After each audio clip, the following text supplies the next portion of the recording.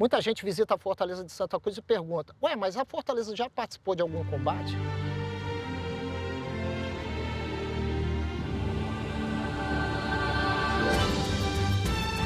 Criei meus filhos aqui. Eu, minha esposa, a gente tinha um soldado com um filho. A gente dividia a comida, dividia o pão.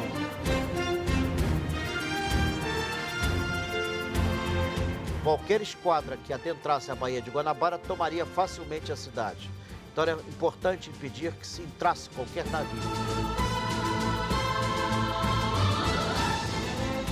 Fortaleza de Santa Cruz tomou parte em vários episódios da história colonial, imperial e republicana brasileira.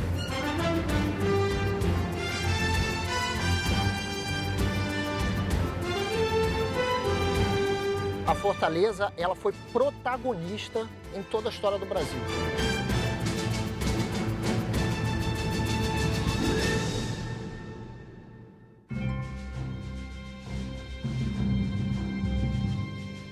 De pedra em pedra se fez a história, complexo de formas que a todos seduz. Relicário profundo de nossa memória, traduzido nas muralhas de Santa Cruz. Ícone soberano da Guanabara, vigilante inconteste de uma nação, traz consigo a lembrança mais cara, presente na alma de cada canhão. Guardiã do Estado, sentinela do passado, trabalho silente, cultura no presente, um sonho seguro, tradição no futuro. Sentença perfeita aqui se alistou, verdade tão certa a tropa adotou. Sentinela alerta, alerta estou. A Fortaleza de Santa Cruz é uma máquina do tempo a céu aberto. Ela é testemunha de toda a história do Brasil, de todos os períodos. Colônia, Império, República. Nós costumamos dizer, e isso é uma fala que é corriqueira no Exército Brasileiro, que os canhões das fortificações, hoje eles atiram cultura e cidadania. Ela, na verdade, hoje não tem mais, ela é um quartel, ela não tem mais função estratégica no sentido militar. Ela, desde 86, ela foi tombada em 1939, e foi, na verdade, aberta ao público para visitação guiada a partir de 1986.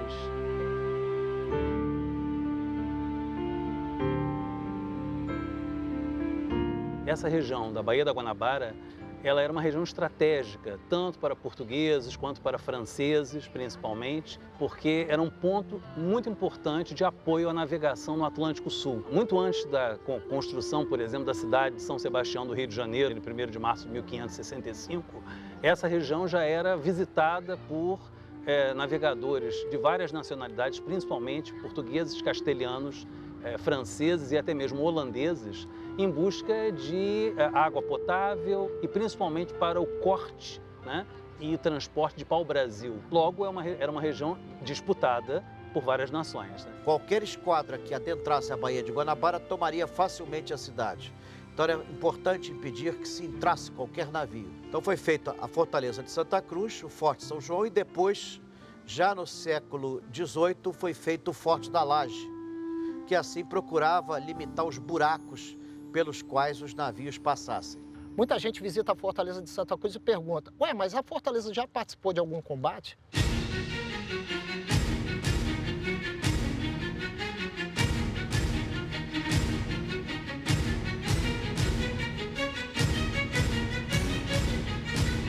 O batismo de fogo foi no ano de 1599, atuando no contexto da União Ibérica contra o corsário holandês Oliver van Noort. Na verdade, ele foi confundido com um corsário. Ele não era corsário, era apenas um almirante holandês que buscava efetivamente os chamados refrescos. Já mais adiante, né, no início do século XVIII, duas situações específicas envolveram a Fortaleza de Santa Cruz. O Rio de Janeiro tinha se tornado o Porto do Ouro desde o final do século XVII e, por questões políticas, a França resolveu atacar o Rio de Janeiro, porque a França esperava um apoio de Portugal num conflito armado com a Espanha e os portugueses, em vez de ficar do lado dos franceses, ficaram do lado dos espanhóis. Então o rei Luís XIV resolveu se vingar, tomando o Rio de Janeiro, mandando para cá 6 navios e cerca de 1000 homens sob o comando do corsário Jean-François de Clercq. Esse corsário francês tentou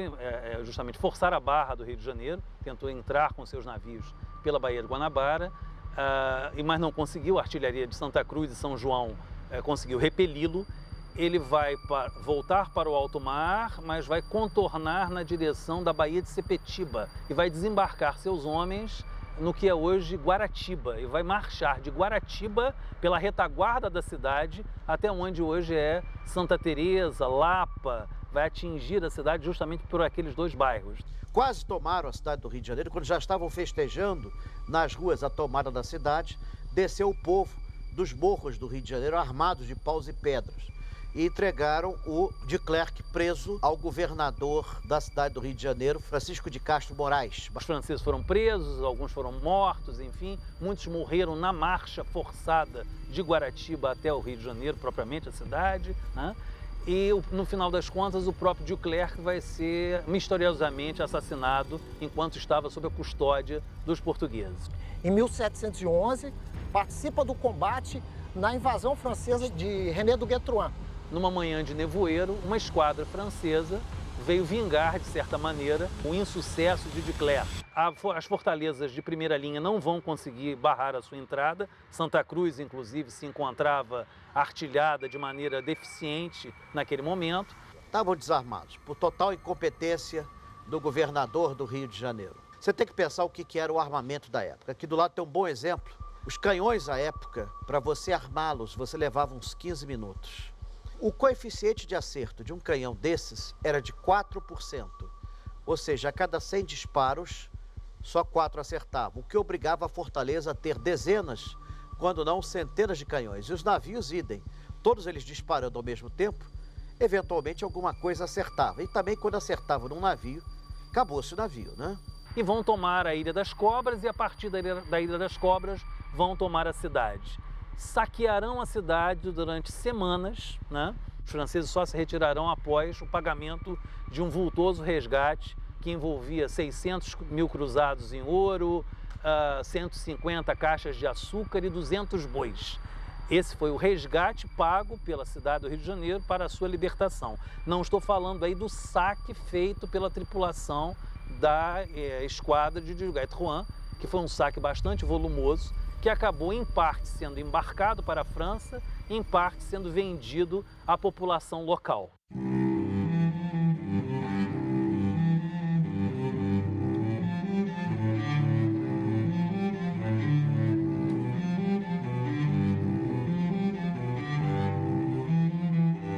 Comecei como soldado, servindo, meu período de um ano de serviço militar, e fui convidado pelo coronel para continuar como soldado. Só que aí meu pai não ficou de acordo. Aí eu falei para ele que não queria ficar como soldado, porque meu pai não tinha gostado. Aí dei baixa.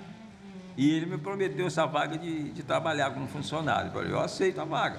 Só que naquela época que eu servi, a vaga saiu bem depois, um tempo depois. Aí eu falei, olha, eu não vou ficar por aqui, minha família mora em Marechal, eu vou voltar. Falei, não, quando tiver a vaga eu mando uma pessoa lhe avisar.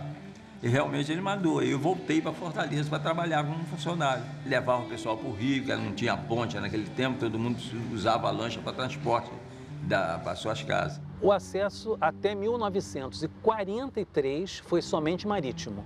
Não havia nenhum tipo de estrada, né, no caso, nenhuma via terrestre que conseguisse dar acesso à Fortaleza de Santa Cruz até 1943. Nós temos um cais chamado Cais Imperial da Fortaleza de Santa Cruz. E nós tínhamos um portão principal que fica abaixo da nossa guarda do quartel, do acesso principal da Fortaleza de Santa Cruz hoje, que é o chamado Portão Colonial. E ali era o desembarque de todas as embarcações que chegavam na Fortaleza. Depois que a ponte foi inaugurada, aí diminuiu um pouco o fluxo, porque o pessoal, a maioria, era mais perto para ir de carro. Quem tinha carro ia mais de carro.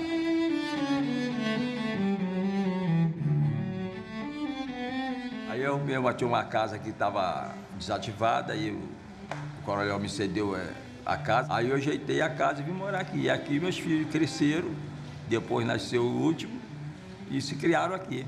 Foi muito bom, como eu já falei, porque as crianças ficaram, era só o grupinho deles mesmo era aqui. E aqui eles estudaram, se formaram Só que depois de um período aí que as lanchas foram ficando mais antigas, aí foi encostando, aí cada um ficou numa seção. A minha área que me escolheram para me trabalhar foi aquela área da capela ali. Quem tomava conta aí era eu. Capela de Santa Bárbara, com a pedra fundamental no ano de 1612. Ela é a segunda capela mais antiga da cidade de Niterói. No altar, uma imagem de Santa Bárbara com 1,73 m de altura, feita em madeira maciça, é uma joia do Barroco Nacional. E ela foi enviada, no caso da Europa, não para a Fortaleza de Santa Cruz. Ela foi enviada para o Forte da Cruz, que existia onde hoje é a Rua 1º de Março. E todas as vezes que tentavam levar a imagem para o seu local de destino, o céu ficava encapelado, o mar ficava revolto e eles não conseguiam cumprir a missão. E aí um dos mestres das embarcações teria dito: a santa quer ficar na Fortaleza de Santa Cruz, vamos fazer a vontade da santa. E a partir daí nós tínhamos um oratório à Nossa Senhora da Guia, passamos a ter uma capela de Santa Bárbara. Uma outra lenda se refere a um túmulo que existe numa das paredes internas da Capela de Santa Bárbara. É o túmulo justamente de Iracema. Uma história que eu vejo dizer que a filha desse capitão ela era apaixonada por um soldado. Os mais românticos fizeram uma lenda que a menina teria se apaixonado por um soldado e o pai dela seria um oficial da Fortaleza de Santa Cruz e teria proibido esse romance. E ela se atirou de uma das muralhas da Fortaleza de Santa Cruz e depois seu corpo, resgatado, teria sido emparedado na Capela de Santa Bárbara. Isso é a história que conta, né? Não sou eu que estou contando, é a história que eu vejo falar. Faz parte de todo o imaginário que cerca a nossa fortificação.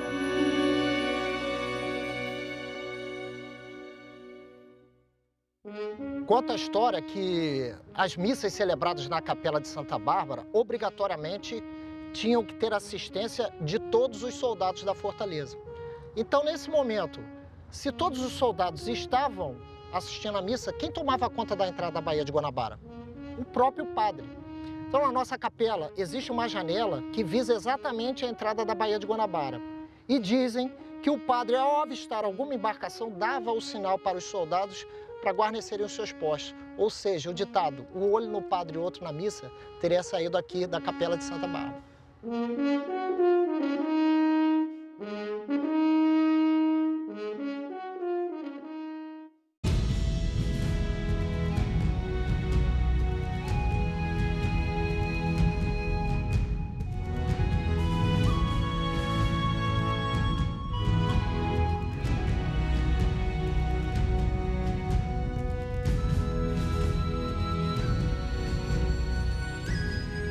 Há uma controvérsia em relação justamente ao que teria dado origem à Fortaleza de Santa Cruz, né? Alguns historiadores mais tradicionais afirmavam justamente que a Fortaleza de Santa Cruz teria sido construída a partir de uma bateria francesa, só que há aí também na verdade, uma outra corrente de historiadores mais recentes e baseados em documentos, eles afirmam que a Fortaleza de Santa Cruz teria sido realmente construída a partir de uma bateria portuguesa construída em 1578 naquela ponta rochosa. Entre a Fortaleza de Santa Cruz e a Fortaleza de São João, que é a entrada da Barra da Baía de Guanabara, nós temos 1.500 metros.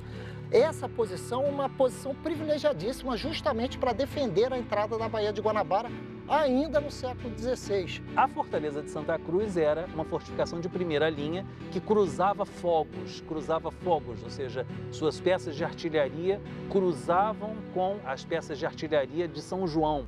Tudo que entra ou sai do Rio de Janeiro utilizando a Baía de Guanabara passa exatamente nesta posição, entre a Fortaleza de Santa Cruz e a Fortaleza de São João, no Rio de Janeiro.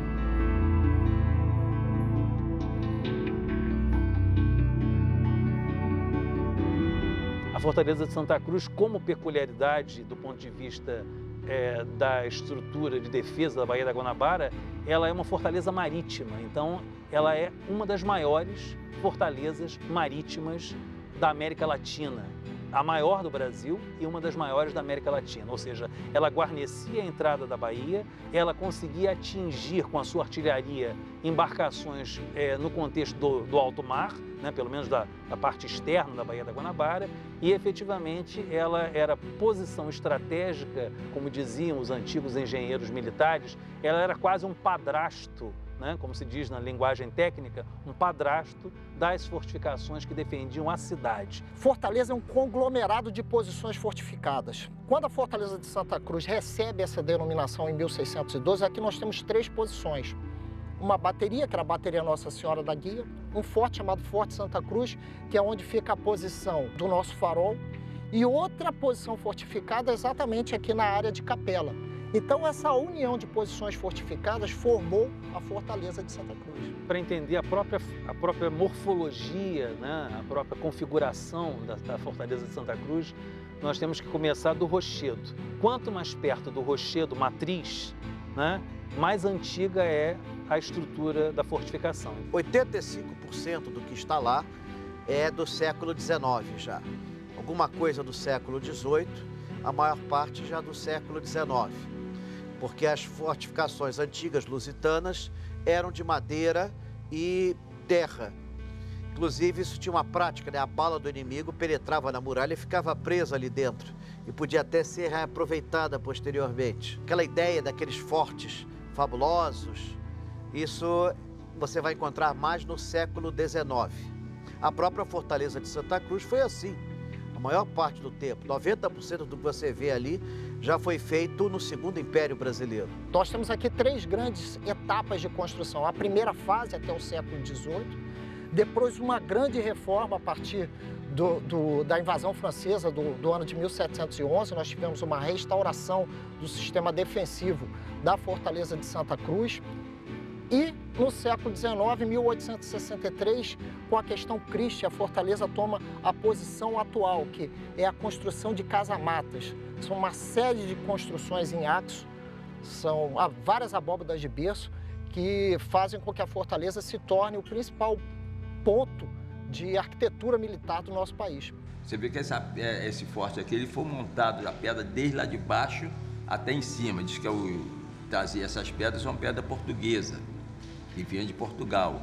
E eles montavam aqui, isso aqui é feito de pó de pedra e óleo de peixe, que naquele tempo não existia cimento, né?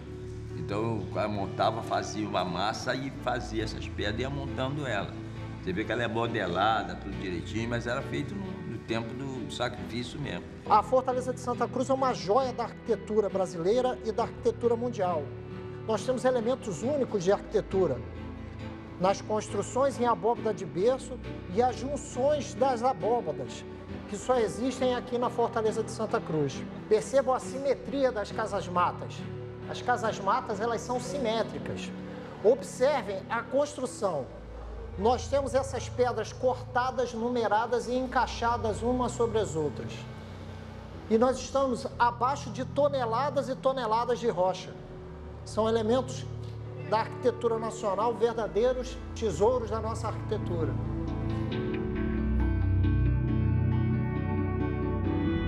Desde o século XVI, a Fortaleza de Santa Cruz tem as prisões que nós chamamos prisões do passado. Tem umas prisões que vão diminuindo de tamanho, uma curva que tem ali, e ali ficavam presos, os presos ficavam ali. Nós observamos que elas têm tamanhos diferentes. Por quê? Foi aproveitado o próprio terreno. As maiores celas são as celas construídas na maior depressão e essas menores celas, onde o preso não conseguia ficar de pé. Quanto menor a cela, maior o delito do indivíduo encarcerado ali, em tese, né? Celas solitárias de variados tamanhos, né? Interessante mencionar que no fundo de cada uma das celas nós temos uma estrutura chamada de comua, onde o preso fazia sua necessidade fisiológica. Elas foram utilizadas para piratas e corsários que invadiam o Brasil. Posteriormente, a Fortaleza de Santa Cruz, em várias épocas da história, foi utilizada como prisão. Santa Cruz, por ser maior, recebeu gente de maior categoria. Até JK esteve preso lá e até o Darcy Ribeiro. Vários elementos que passaram pela história do nosso país, como José Bonifácio, Juarez Távora, Alcides Teixeira, Brigadeiro Eduardo Gomes, Plínio Salgado, estiveram presos na Fortaleza de Santa Cruz.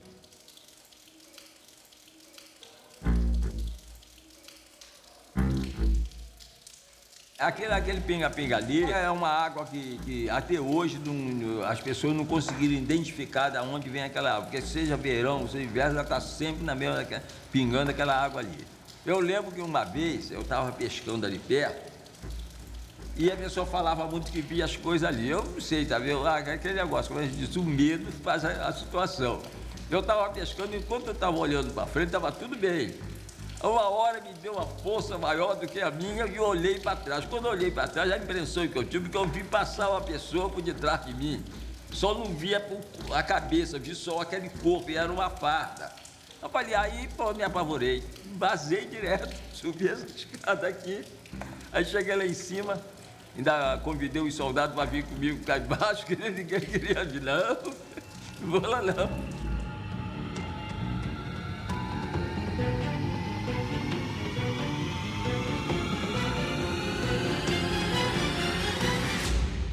Já no contexto do século XIX, a Fortaleza de Santa Cruz, ela participa efetivamente da revolta da Armada no finalzinho do século XIX, 1893, 1894. Foi uma revolta que, na verdade, iniciada pelo vice-almirante Custódio José de Melo, que sublevou uma parte considerável da Armada Brasileira, da Marinha do Brasil, contra o governo Floriano Peixoto. E justamente a Fortaleza de Santa Cruz adotou uma postura legalista, ou seja, florianista, para combater os revoltosos, justamente, que haviam se sublevado na esquadra, né? Então, a artilharia de Santa Cruz foi utilizada fortemente para combater justamente a artilharia naval dos encouraçados. Por exemplo, o encouraçado Aquidauã vai ser atingido, vai ser, de certa maneira, intimidado pela artilharia de Santa Cruz.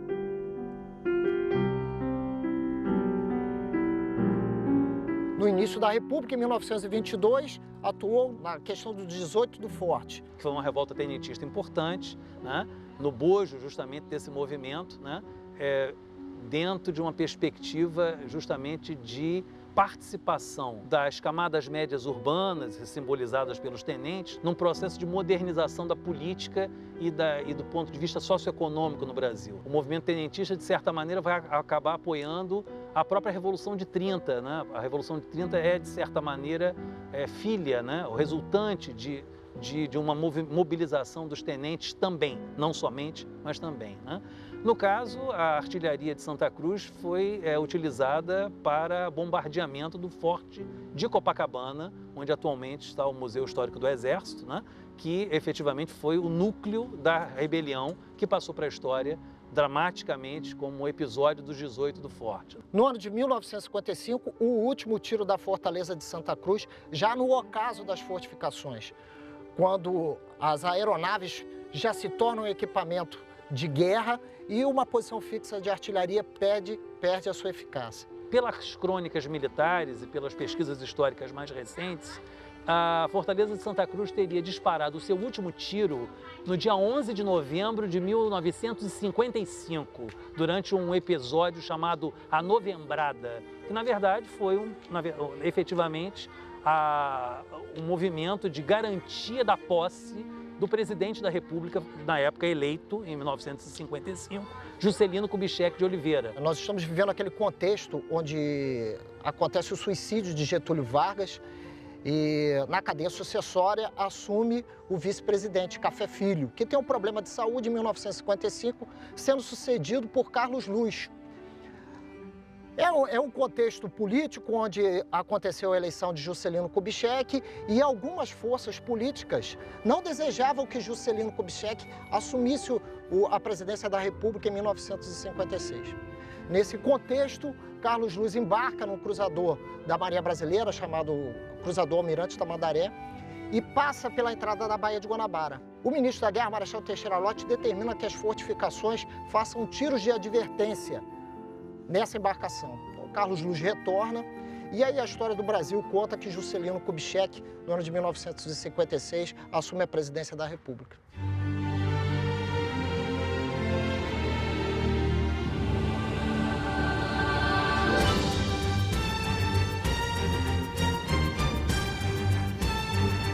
Graças a Deus, a gente aqui eu, minha esposa, a gente tinha os soldados com um filho, a gente dividia a comida, dividia o pão, né? Fim de ano, assim, os soldados estavam às vezes sem a ceia, a gente dividia a nossa ceia com eles.